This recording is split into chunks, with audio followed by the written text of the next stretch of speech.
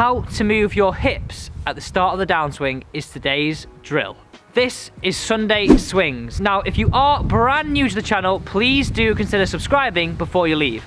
That's that big red one down below. Now, Sunday Swings gives you a chance to win a free swing analysis and drills to help improve your golf game. And it's so simple. All you have to do is be a subscriber and comment down below, #pickme. Let's have a look at the two previous winners. Now, first up, we've got Adam. As you can see, looking pretty good now.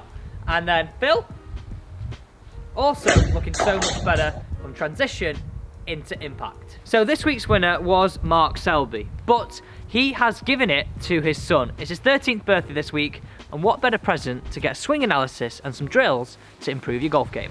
Also, Kieran, a massive happy birthday from me. So let's take a look at Kieran's swing. Now, it's worth pointing out what we're saying here, you can apply this all to your golf game as well, and any of the drills will help you become more consistent and strike the ball better. Now, looking from the down the line perspective, we're going to be concentrating on the takeaway, being a little bit more connected, better upper body turn and separation. And then from the face on perspective, how you can move those hips better in transition to stop that head leaning backwards. First off, you're going to need something with a flat edge that's roughly around this length, and we're going to be concentrating on how we can stop that separation that we saw from the down the line perspective. So really nice and simple, get into your golfing posture, feeling as though nice and athletic, and we're going to grip this with our hands together with our thumbs pointing down at the same point. So this is almost like a small version of what we've got with our club.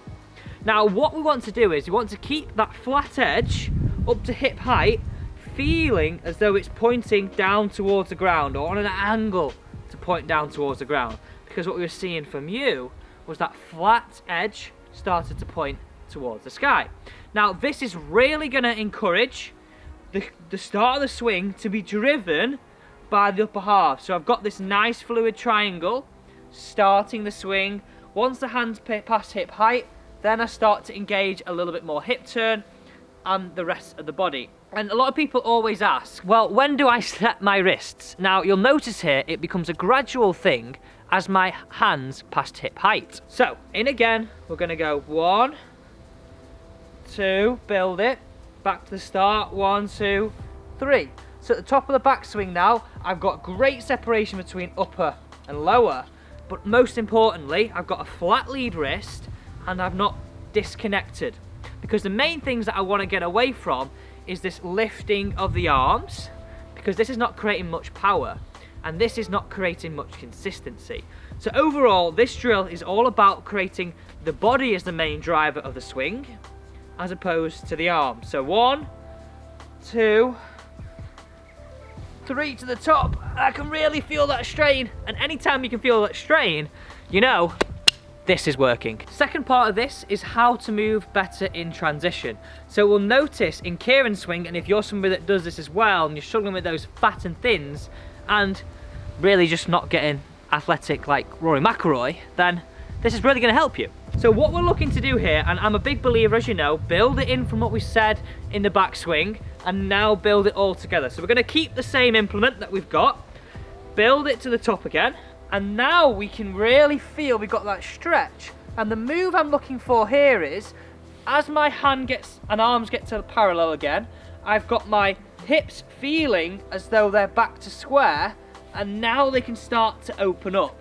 Now the move to do this is, I want you to step back, step and open, swing through. We're going to build it 1, 2, 3, step in, step out, and as I'm doing this, my weight and pressure is staying in the middle, but I'm starting to really feel that that left leg is making that external bit, external rotation.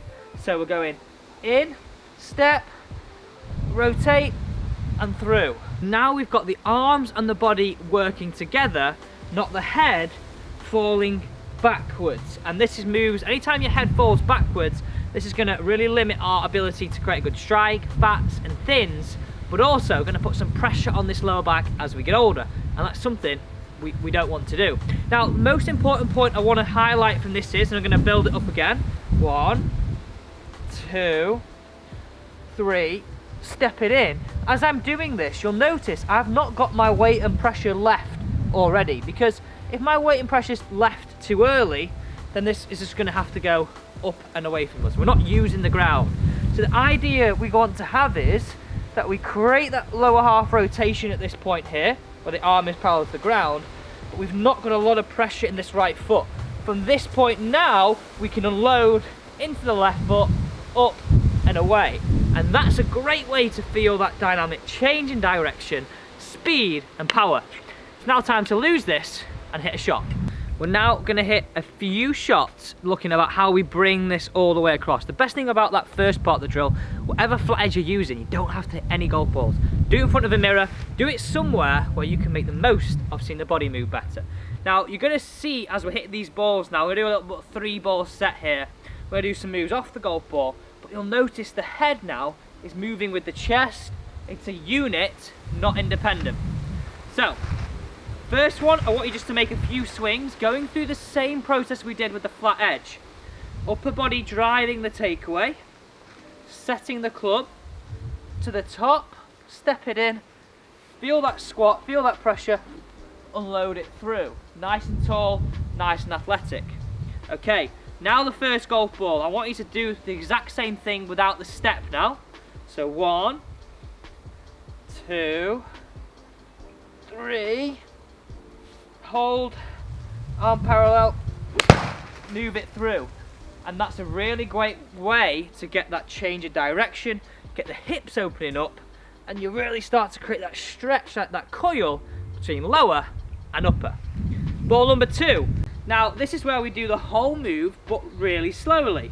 Again, before each rep, I want you to remind yourself, 1, 2, 3, step it, squat it, move it. Okay, all one move slowly.